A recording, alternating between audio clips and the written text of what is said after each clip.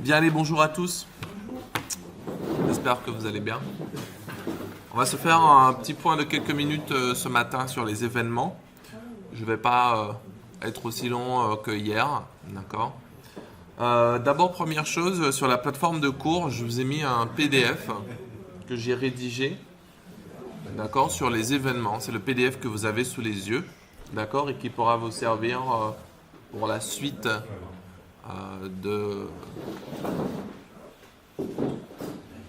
d'après la vidéo. Oui. Oui. Ah si, c'est sur la plateforme de cours depuis hier 12h30. Cours.wf3.fr. Cours.wf3.fr. Il y a des voleurs ici. Alors, pour la vidéo, je vais préciser, c'est qui le voleur. Bien. D'accord. Donc, je vous ai mis sur la plateforme cours.wf3.fr, plateforme que vous n'utilisez pas trop, mais qui est là pour ça. Le PDF que vous pouvez télécharger, comme j'expliquais, qui après, du coup, ce qu'on aura vu ensemble pourra toujours vous servir de référence. Ce projecteur bouge. Pourra servir de référence. Ok. Alors, on va rentrer dans le vif du sujet, et je suppose que vous avez tous déjà entendu parler à un moment donné dans votre vie d'événements, d'accord ? Les événements heureux, les événements malheureux. Mais enfin, là, on parle plutôt d'événements en termes de développement, n'est-ce pas ? Et la plupart du temps, la première rencontre que vous avez avec des événements, c'est souvent en JavaScript. Quand on dit, voilà, lorsqu'un utilisateur clique sur un bouton ou quand un utilisateur soumet son formulaire, c'est un événement qu'on va ensuite utiliser pour faire un certain nombre de choses, comme par exemple une validation. D'accord ? Donc, en PHP, on a aussi des événements, d'accord, qui vont garder un peu ce principe, sauf que du coup, bien entendu, PHP étant un langage serveur, on ne va pas détecter ce que l'utilisateur va saisir au clavier ou encore ce que l'utilisateur va faire avec sa souris. On va travailler plutôt avec un autre type d'événement. Déjà, la première chose que je pourrais vous dire, c'est que chaque fois que vous exécutez une page dans votre application Symfony, d'accord, donc sur votre site, Symfony, lui, en coulisses, donc en interne, va faire ce qu'on appelle un dispatch, c'est-à-dire qu'il va émettre un certain nombre d'événements à des moments précis de son exécution. En fait, Symfony, pour le dire autrement, va vous prévenir à quel point il en est de son exécution à un certain nombre d'étapes clés. Et vous, ensuite, pour chacune de ces étapes, vous êtes en mesure de dire à Symfony, tiens, à ce moment-là de ton exécution, j'aimerais bien que tu fasses quelque chose. D'accord ? Donc, il y a beaucoup d'événements qui sont implémentés dans Symfony. Et puis, souvent, certains bundles ou certains composants vont aussi avoir leurs propres événements. Par exemple, lorsqu'un utilisateur est authentifié, on utilise le composant sécurité. Vous avez des événements qui sont liés à la sécurité. D'accord ? Lorsque vous faites une insertion en base de données, que vous utilisez donc le composant doctrine, vous avez aussi des événements qui sont liés. Vous ne le savez peut-être pas, mais lorsque vous utilisez les formulaires, le composant forme, vous avez aussi des événements disponibles. Et bien entendu, lorsque vous utilisez le workflow que vous aurez à implémenter par exemple, vous avez également des événements. Bref, donc la plupart des composants ont leurs propres événements, d'accord ? Et pour le savoir, il faut regarder la documentation. D'accord ? Sachant que, bien entendu, vous avez la possibilité, je vous ferai un petit aperçu tout à l'heure, de mettre en place vos propres événements. C'est-à-dire créer vos événements, les déclencher et du coup, lorsqu'ils se déclenchent, exécuter un service par exemple. Ok ? Alors, D'abord, la première chose sur laquelle j'aimerais m'arrêter, ce sont les événements du kernel de Symfony. Ok? Alors, le kernel de Symfony, c'est le cœur de Symfony, d'accord? C'est là où tout se joue. Et donc, ce que je vous disais tout à l'heure, c'est que Symfony, à plusieurs points de son exécution, va faire un dispatch de plusieurs événements. D'accord? Donc, le kernel de Symfony va avoir plusieurs événements entre le moment où l'utilisateur ici va faire une requête et le moment où il va y avoir une réponse qui va être retournée à l'utilisateur. Il va y avoir un certain nombre d'événements que vous pouvez voir ici. Kernel request, controller, view, response, terminate, etc. etc. D'accord? Alors, à quoi correspondent ces différents événements? Alors, je vous ai listé ici un peu quelques explications avec les liens, d'accord, qui mènent vers la documentation. Vous prendrez le soin de regarder un petit peu vous-même de quoi il s'agit. D'accord? Mais j'ai résumé, traduit, j'ai rien inventé, ce qu'il y a dans la documentation. Donc, ici, on a un premier événement qui est l'événement kernel request, qui est un événement qui est émis par Symfony avant même que le contrôleur ne soit déterminé. D'accord? Alors, il va vous servir pour ajouter des informations à la requête ou retourner une autre réponse avant que la requête ne soit faite. Je vous prends un exemple. Mon utilisateur essaye d'accéder à ma page d'accueil. Donc, Symfony reçoit la requête de l'utilisateur, mais à ce moment-là, il a reçu la requête, donc il vous prévient qu'il a reçu la requête, mais il n'a pas encore déterminé quel est le contrôleur qui devra s'occuper de cette requête. D'accord? Ensuite, vous avez un deuxième événement, qui est l'événement kernel controller, qui lui, du coup, va être émis, d'accord, va être dispatché juste avant l'appel du contrôleur en charge du coup du traitement de cette requête. D'accord? Donc du coup, ça peut être pratique si vous avez besoin de faire une transformation juste avant que le contrôleur n'ait à s'occuper de la requête. Et pour le coup, ici, Symfony sait quel est le contrôleur qui va s'occuper de votre requête. Vous avez ensuite un autre événement, le kernel view, qui lui du coup se fait après le contrôleur. Donc vous avez vu, on a vraiment au tout début, on a avant le contrôleur, on a maintenant après le contrôleur. D'accord? Et c'est un événement qui lui sera dispatché uniquement si le contrôleur n'a pas retourné de réponse. Vous savez que obligatoirement, lorsque vous mettez en place une action, un contrôleur, il doit retourner une réponse. Soit une réponse de Symfony HTTP Foundation, donc New Response, soit une réponse en utilisant la fonction render, d'accord, qui est ni plus ni moins qu'une réponse HTTP Foundation avec un rendu du fichier twig. Ok, ensuite le kernel response, du coup, lui, il est dispatché après que le contrôleur ait émis une réponse. Donc là, le contrôleur a émis une réponse. Et du coup, j'ai la possibilité encore sur cette réponse d'intervenir. Et puis, le terminate, d'accord, il est souvent utilisé pour faire certaines tâches qui, au final, pourraient ralentir le chargement. Donc, c'est-à-dire que la requête, elle est terminée, la réponse, elle est terminée. On a fini de faire avec, on l'a envoyé à l'utilisateur. Maintenant, on veut faire dernière petite chose utile. D'accord, voici en gros, voilà, juste pour avoir un petit aperçu déjà des événements qu'il va y avoir, les principaux. Bon, il y en a d'autres petits qui sont là. Lorsque vous avez des erreurs, ce genre de choses, vous pouvez jeter un petit coup d'œil.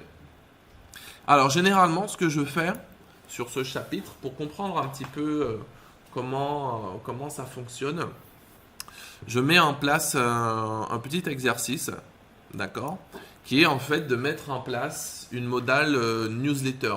Souvent sur certains sites, par exemple France TV Info, pour ne pas faire leur pub, au bout de quelques pages visitées, ils vous proposent de vous inscrire à leur newsletter. Donc vous avez une modale énorme qui arrive sur le site internet et ils vous disent, ah voilà, vous aimez notre site, inscrivez-vous pour recevoir nos actualités par email. Voilà. Par exemple, dans cet exercice, le but c'est de mettre en place, au bout de la 3e visite, ou de la 3e page visitée par l'utilisateur, une modale. C'est-à-dire que voilà, il a cliqué sur la 3e page, on lui propose de s'inscrire, et après ça disparaît, on l'embête plus. D'accord? Donc du coup, on met en place cela en utilisant des événements. D'accord? Et tiens d'ailleurs, à votre avis, quel est l'événement qui serait lié à cela? Vous regarderez, hein, j'ai mis les explications. Quel est l'événement qui serait lié à ça?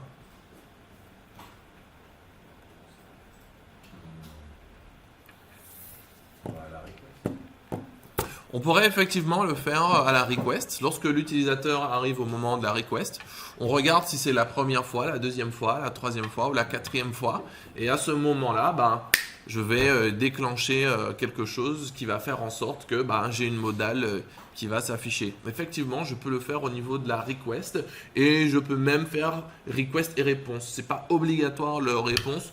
J'ai mis réponse ici, c'est pour vous montrer que du coup, je peux faire une modification dans la réponse qui fait que du coup, une fois que l'utilisateur, en fait, la request va demander à ce que la modale s'affiche, et ensuite dans réponse, je désactive la modale. Et vu que la réponse intervient après la request, donc la prochaine fois, je n'aurai plus la modale qui va s'afficher. D'accord? Je mettrai le code à votre disposition. Vous pourrez regarder. Mais du coup, en fait, comment ça fonctionne? Alors, en fait, pour mettre en place cette newsletter, moi j'ai fait un dossier newsletter dans lequel j'ai mis en place mon formulaire. D'accord? Donc c'est un formulaire simple, hein, build form avec un champ email, un champ submit. D'accord? Et une data class à newsletter. Bon, donc ça c'est pour le formulaire. Après j'ai le code de ma modale dans Twig, etc. Mais ce n'est pas ce qui nous intéresse. Ce qui nous intéresse, c'est que j'ai mis en place ici un subscriber, un newsletter subscriber. Pourquoi? Parce que ici, je vais devoir souscrire à un événement pour pouvoir l'écouter et du coup déclencher un certain nombre de choses. Alors regardez. Du coup, pour pouvoir créer ici un subscriber, je vais implémenter une interface qui s'appelle Event Subscriber Interface. C'est tout. À partir du moment où j'ai fait ça, je vais définir une fonction. C'est la fonction getSubscribedEvents. C'est un tableau qui est retourné dans lequel je lui dis quels sont les événements que je veux écouter. D'accord? C'est toujours le même principe, quel que soit le type d'événement, que ce soit pour votre workflow, pour Doctrine, etc., ou pour vos propres événements, c'est le même principe. Alors, il y a une différence entre les listeners et les subscribers. Là, on est sur un subscriber. Et donc, ici, je lui dis, voilà, j'aimerais écouter l'événement request du kernel. Et lorsque cet événement se produit, je veux exécuter la fonction onKernelRequest. Ça, ce que je fais, c'est dans la documentation de Symfony. Ok? Donc, il vous le dit. Je ne l'invente pas. Et lorsque l'événement response se produit, j'exécute onKernelResponse. Du coup, ce sont deux fonctions que j'ai déclarées juste en dessous. Ici, on a le onKernelRequest et ici, on a le onKernelResponse. Alors, qu'est-ce que j'ai fait? Vu que j'ai besoin, en fait, de savoir combien de fois l'utilisateur ou combien de pages l'utilisateur a visité, le plus simple, c'est d'utiliser les sessions. Exactement. C'est pour ça que vous avez vu que ici, j'ai passé une instance de session interface dans ce service, ce subscriber, pour avoir accès aux sessions. Du coup, ensuite, ce que j'ai fait, c'est simplement ici définir un nombre de pages visitées, d'accord, qui au départ est à 0 et ensuite est incrémenté de 1 successivement, d'accord.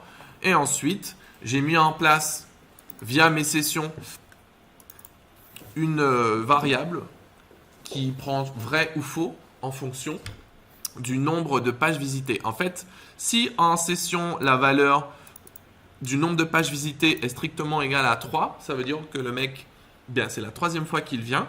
À ce moment-là, je crée en session une autre variable que j'appelle invite user modal, où j'invite l'utilisateur via une modale. je la passe à true, et si c'est à true, eh bien derrière, mon service Twig va déclencher l'affichage d'une modale. En gros, c'est ce qui se fait, et donc ça va se faire à chaque fois qu'une requête va être envoyée par un utilisateur. L'utilisateur envoie une requête, Symfony, derrière, détecte que moi, je lui ai demandé d'écouter, tu vois, cette requête. Il exécute ma fonction, et dans ma fonction, après, je fais ce que je veux. D'accord? Là, je l'ai fait pour une newsletter, mais vous le faites pour ce que vous voulez. Et petite chose à savoir, c'est que dans Symfony, vous avez des requêtes, mais vous avez aussi ce qu'on appelle des sous-requêtes.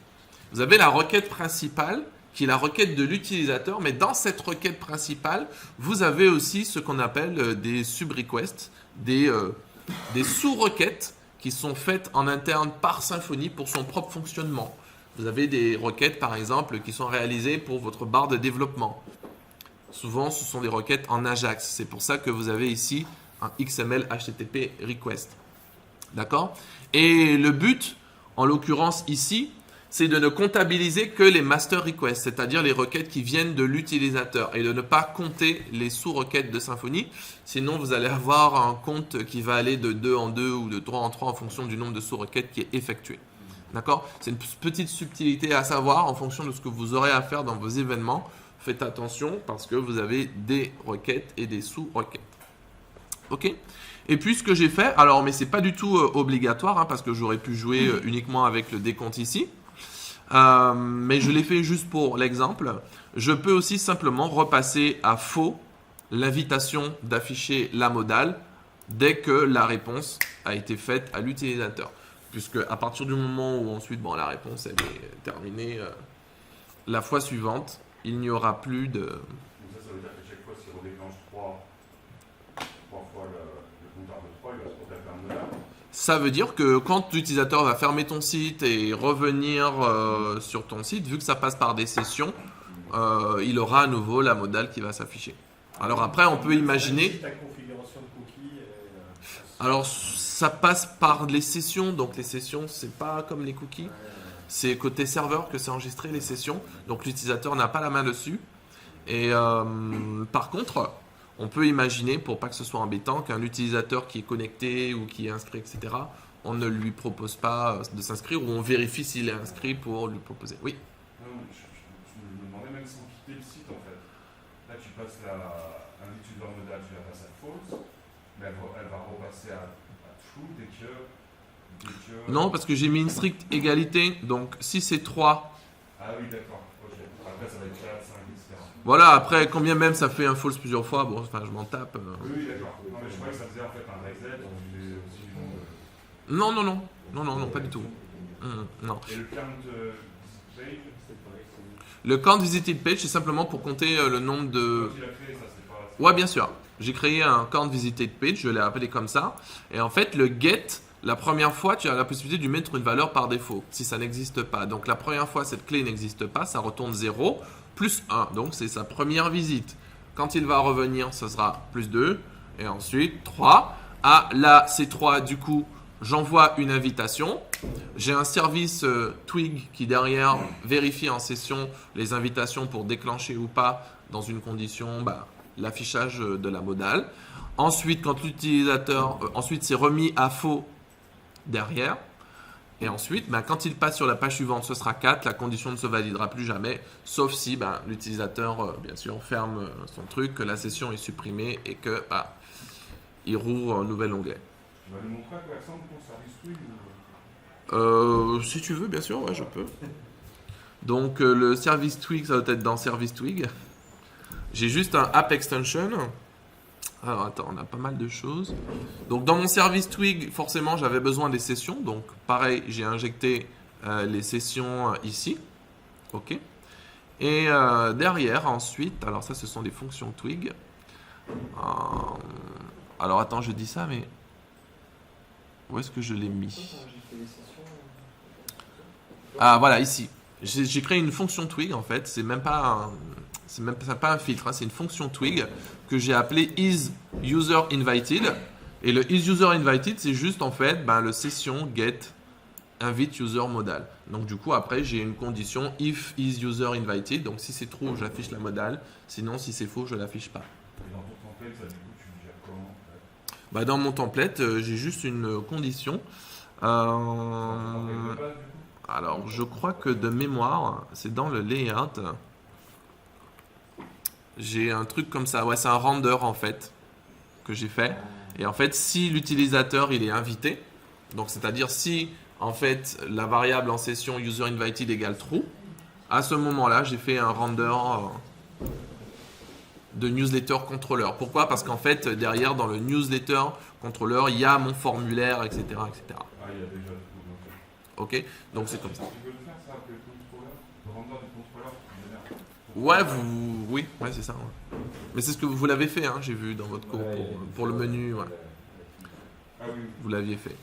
Voilà, et puis après, j'ai aussi une fonction qui appelle le JavaScript de ma modale. Je crois j'avais entendu une autre question.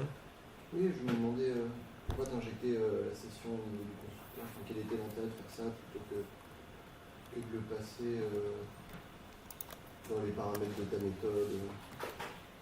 Dans le paramètre de la fonction twig, la bonne pratique pour l'injection, c'est toujours dans ton constructeur. Et lorsque Symfony, du coup, il instancie ton service, il passe tout de suite à la classe tous les éléments qu'elle a besoin. Et ensuite, du coup, tu peux le récupérer dans ta fonction. Ok, donc ça c'était pour les événements. Vous avez plusieurs types d'événements. Là, j'ai juste travaillé avec kernel response, d'accord. Effectivement, le request c'était le plus intéressant, où quand l'utilisateur fait une requête, tout de suite je comptabilise sa requête, et puis à partir d'un certain nombre de requêtes, je peux déclencher quelque chose. Vous avez vu également que j'ai mis en place une fonction twig plutôt que de faire directement un if session machin truc directement dans la vue. Pourquoi? Parce que c'est pas à la vue d'aller récupérer des informations, c'est pas son travail. Le but de la vue, c'est d'afficher. D'accord? Donc en termes de logique, c'est mieux que ce soit une fonction qui exécute, qui fasse le truc, et la vue, elle fait sa condition, et voilà, et c'est terminé. C'était pas plus simple d'arrêter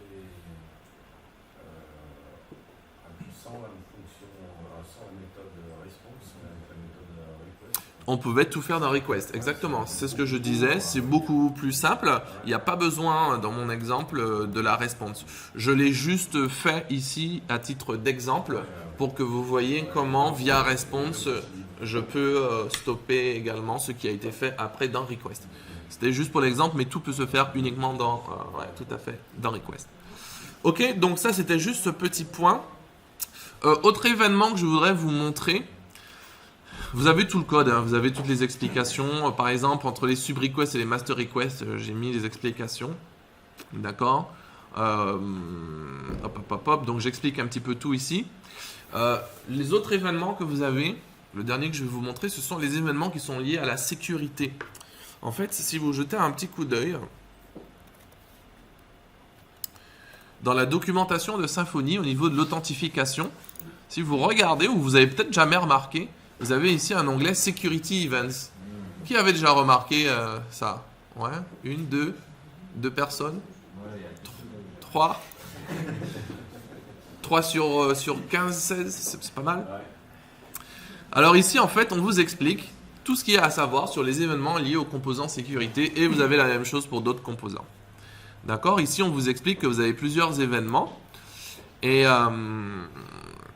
donc du coup, il vous explique un peu comment fonctionnent ces différents événements. D'accord? Alors vous pourrez regarder si vous voulez. Je vais juste vous montrer un exemple.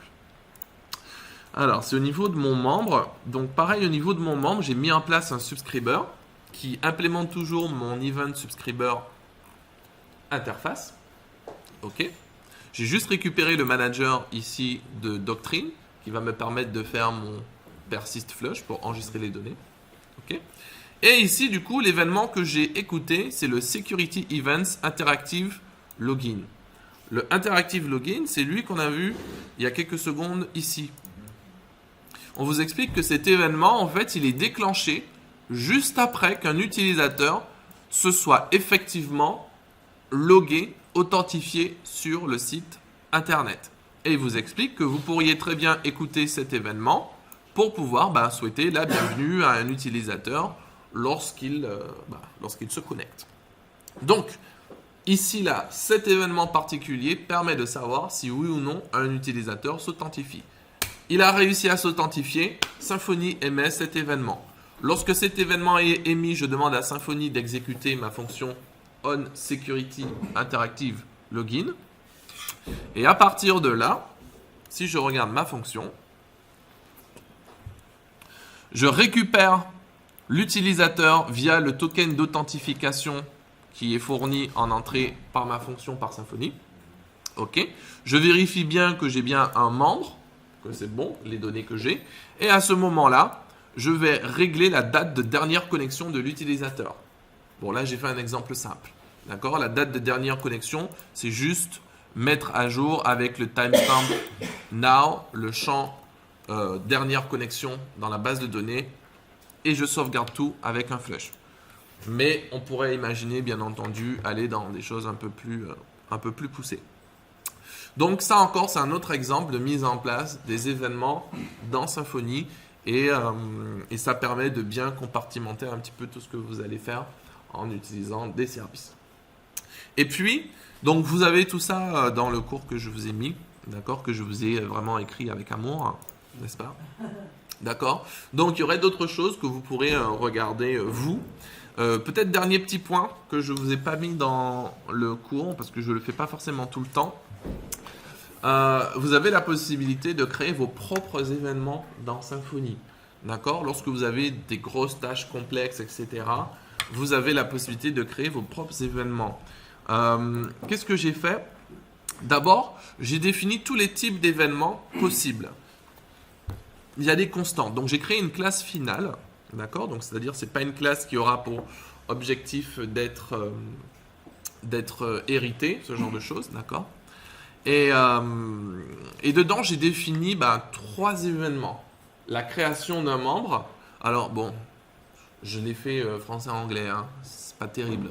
Dans l'idéal, ça aurait été un user. Okay? Ou un member à la limite. Mais bon, faites comme si vous n'avez rien vu. Donc, j'ai la création d'un membre, la mise à jour d'un membre ou la suppression d'un membre.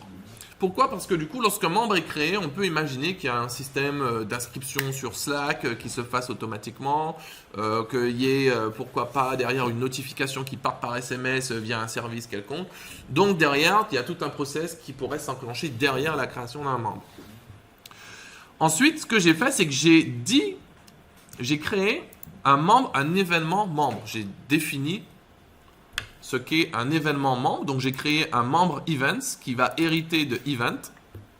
Et du coup, dedans, j'ai juste passé le membre, puisque comme c'est un événement qui va concerner un membre, donc j'aurai juste besoin du coup du membre qui va être créé. Pourquoi? Parce que lorsque je vais émettre cet événement, l'événement membre, en création, en mise à jour ou en suppression, je vais émettre un member event et je vais lui passer à l'intérieur le membre ou toutes les données que je vais avoir besoin. Donc, en l'occurrence, celle du membre. Ensuite, du coup, il faut que je puisse émettre, n'est-ce pas, ce membre. Du coup, lorsque ma requête de création est faite par l'utilisateur, ici, grâce au dispatcher de Symfony, que j'ai injecté un petit peu plus haut, la Event Dispatcher Interface, je vais dispatcher le membre Events, membre created, et je lui passe en paramètre un new member event en lui passant le membre qui a été inséré. Donc à cette étape-là, qu'est-ce qui s'est passé? J'ai récupéré l'instance de mon membre, d'accord? Donc tout ce que le mec a fait, rempli dans son formulaire d'inscription, je l'ai récupéré, je l'ai persisté et flushé dans ma base de données. J'émets l'événement comme quoi un new member event, il y a une nouvelle inscription, donc un new member event en lui donnant le membre, et c'est terminé. Le reste maintenant, c'est géré par le service qui écoute à quel moment cet événement se produit. Et c'est pour ça que j'ai mis en place un membre subscriber qui, ici, va écouter à quel moment se produit dans Symfony mon membre events, membre created. Et donc du coup, j'ai créé une fonction on membre created. Ok? Alors là, c'est une fonction simple, d'accord, qui va juste créer une instance de newsletter, balancer le mail dedans et l'envoyer dans la base de données. En fait, quand le mec il s'inscrit sur le site, il est automatiquement inscrit dans la newsletter avec le respect total RGPD comme vous avez pu le constater. Voilà. On lui demande pas son avis, hop, allez hop, il est inscrit directement dans notre base. D'accord? Donc ça c'est pour la création de vos événements personnalisés. D'accord? J'ai défini mes différents types d'événements. J'ai créé l'événement en lui-même avec les données que je vais avoir besoin dedans. Au moment où moi je l'ai souhaité, j'ai émis cet événement via le dispatcher, l'événement member created, et ensuite j'ai écouté à quel moment cet événement se produit, et quand il se produit, le membre event que je récupère là, c'est en fait le membre. C'est le membre. Donc du coup, via le get membre, je récupère mon membre, c'est l'événement du membre, donc je récupère le membre, je récupère son email et je le balance dans la base. Et ça, vous pouvez l'imaginer sur, bien sûr, votre projet à vous. D'accord? Ceci conclut notre petite, notre petit point sur les événements. Si vous avez des questions, je peux vous répondre. Ouais, sur l'organisation. Des fichiers, comment tu le gères? Alors, tout dépend de la complexité de ton application. Si c'est juste un événement isolé sur quelque chose de particulier, tu peux mettre en place un dossier listener si c'est un listener ou subscriber si c'est un subscriber. Et sinon, si c'est compris dans une architecture un peu plus complexe, comme au niveau des membres, tu as vu, j'ai quand même pas mal de choses au niveau des membres. Du coup, je les regroupais avec les membres. Donc après, c'est un choix. J'aurais très bien pu faire un event listener et dans ce dossier event listener, créer un dossier membre et regrouper dedans aussi tous les subscribers ou les listeners de mes membres. C'est un choix, c'est vous qui décidez. Tu vois, comme là, newsletter, je les ai mis ici, membres, je les ai mis là. Mais c'est un choix. C'est ce que j'expliquais l'autre jour, voilà, quand je vous parlais des systèmes de fichiers. Tu vois? Parce que si par exemple pour ton formulaire tu as des choses un peu plus simples, bon, enfin, s'il faut voir. Mais en tout cas, il n'y a pas une mauvaise manière, quoi. C'est surtout quand après ton projet grandit, le fait de centraliser ou d'avoir une bonne structure de fichiers et de dossiers sera important pour pouvoir te retrouver toi et ton équipe. Donc, parce qu'en fait, tu peux très bien imaginer effectivement avoir un dossier par exemple, subscriber, avec dedans un dossier membre dans lequel tu vas mettre tes trucs membres, un dossier newsletter. Voilà, tout dépend de ce que tu veux. Voilà. Voilà, c'est très souple, comme je vous ai expliqué. Après, la seule chose que vous ne touchez pas, c'est les contrôleurs qui restent là. Ce qui ne vous empêche pas au niveau de vos contrôleurs de créer des sous-dossiers, bien sûr. Et au niveau de vos repositories et au niveau de vos entités. Voilà, je vous ai expliqué pourquoi l'autre jour. Oui. Comment on les teste? Tester. De quoi les tests Non, comment on teste les événements, quoi. Tu veux dire unitairement? Ouais, c'est compliqué à tester. Faudrait qu'on regarde effectivement. Oui. D'après ce que j'en ai compris, le fonctionnement des événements, ça permet aussi de surcharger les fonctionnalités que tu as déjà écrites. Alors, les événements, effectivement, ça peut te permettre de surcharger certaines choses ou même de modifier certaines choses. Parce qu'en fait, bon, je ne vous ai pas tout expliqué, mais vous n'êtes pas les seuls à vous raccrocher à certains événements. Et Symfony, lui aussi, fonctionne. Et en fait, vous avez des priorités qui sont définies. Et du coup, en fonction de la priorité que vous donnez, vous pouvez intervenir avant certains composants Symfony. J'ai certaines personnes qui ont utilisé par exemple l'événement pour lorsque l'utilisateur est connecté, automatiquement par rapport à la langue qui est définie dans son profil, ah ben, ça set l'environnement, enfin la langue du site dans la langue du profil de l'utilisateur automatiquement. Par exemple. Et donc ça, c'est sur un événement, mais il faut changer la priorité pour intervenir avant le système de traduction se mette en place. Oui. Avant que la locale se mette en place. Oui. C'est typiquement par rapport à l'enrichissement, par exemple, d'un menu sur la gauche, petit menu. Je rajoute un événement et je dis si j'ai une fonction que un élément que j'ai rajouté avec un listener d'enrichissement de menu, dans ce cas il va déclencher. Mais la question que je me posais, c'est est-ce qu'il est possible de faire plusieurs fois, si j'ai deux éléments qui me rajoutent deux fois, que j'ai, par exemple, j'ai un menu, alors, le premier événement qui me rajoute un deuxième menu. Ouais, j'ai compris. Il ne faut pas que non plus ça soit trop compliqué pour rien. Il faut qu'il y ait une utilité, sachant que en plus le subscriber, ça demande quand même, en termes de ressources, il y a quand même un petit impact, donc il ne faut pas non plus les multiplier inutilement. Ouais, les subscribers comme celui-là ont plus d'impact sur les performances que... Bah oui, parce que du coup, c'est sur chaque requête. Hein. D'accord, que les listeners. C'est différent, vous regarderez dans la doc, c'est expliqué.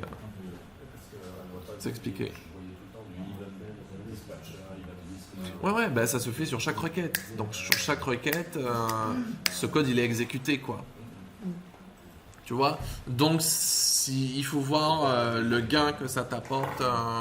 Ou est-ce que c'est pas mieux d'avoir peut-être un service qui s'en occupe uniquement au moment où ton truc s'affiche? C'est à réfléchir.